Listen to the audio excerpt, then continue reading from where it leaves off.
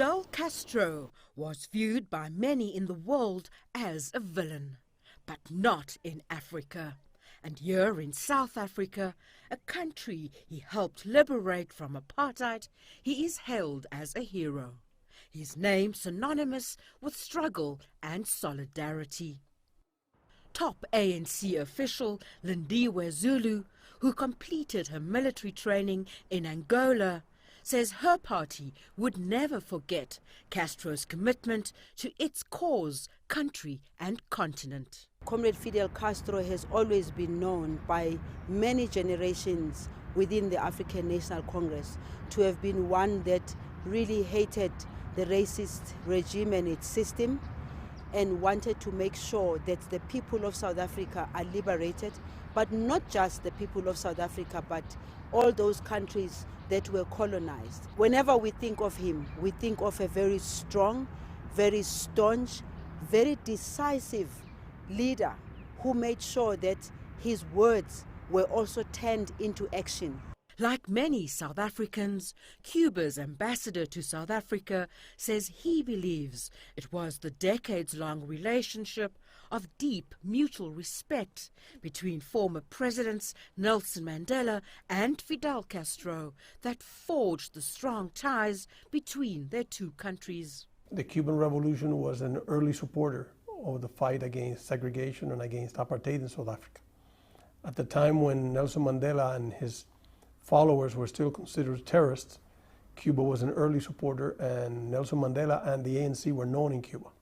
And therefore there was a historical bond, even though they personally had not had any contact yet. At the inauguration of former President Nelson Mandela, when Fidel Castro walked in there, many South Africans were seeing him for the very first time.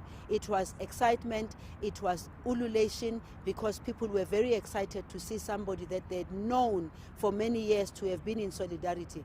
For Cuba, it was a very close symbol, because Cuba had had a role in helping South Africa free itself from apartheid.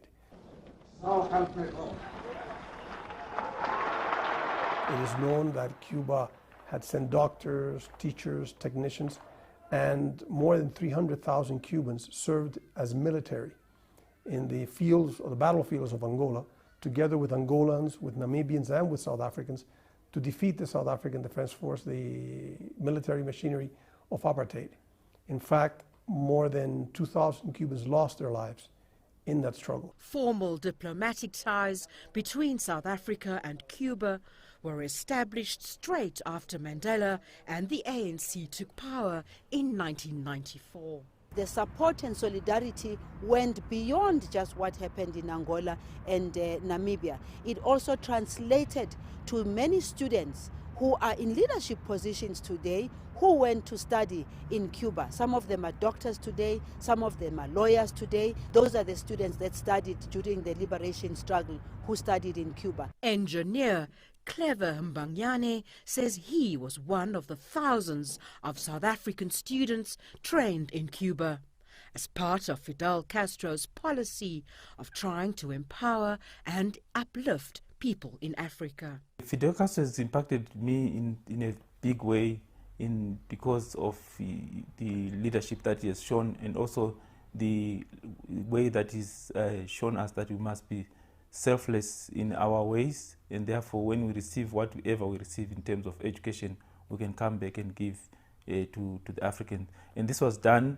because we didn't pay any school fees, any money to study there, but all was free, given to us as a free gift to us. So his legacy is really to help poor people in third world countries to come out of poverty, come out of diseases, and so on. I think that's one of the legacies that I can tell my kids about Fidel Castro. And as the world reflects on Fidel Castro's life and death, many in South Africa say that, like his comrade Nelson Mandela, his legacy deserves to be shared with future generations for many years to come. Fidel is a father figure in Cuba. His role as a leader of Cuba, as a leader of the Cuban Revolution, is unquestionable. Fidel Castro had a role as a leader of the Cuban Revolution to shape an important part of the Cuban history, to shape world affairs beyond our borders, beyond the ocean, even in Africa. To me, he is a liberator, he is a leader, he is an educator. He once said himself, history will absolve him. People will always remember Fidel Castro as somebody who stood up firm in the fight against imperialism. He has never wavered from that. And I think that even the imperialist countries will remember him for that, because they've tried many ways of removing him and it became impossible because he had the support of the Cuban people, and also he had the support of ordinary people of the world who are struggling to free themselves from any form of oppression. Rene, Carme, CCTV, Johannesburg.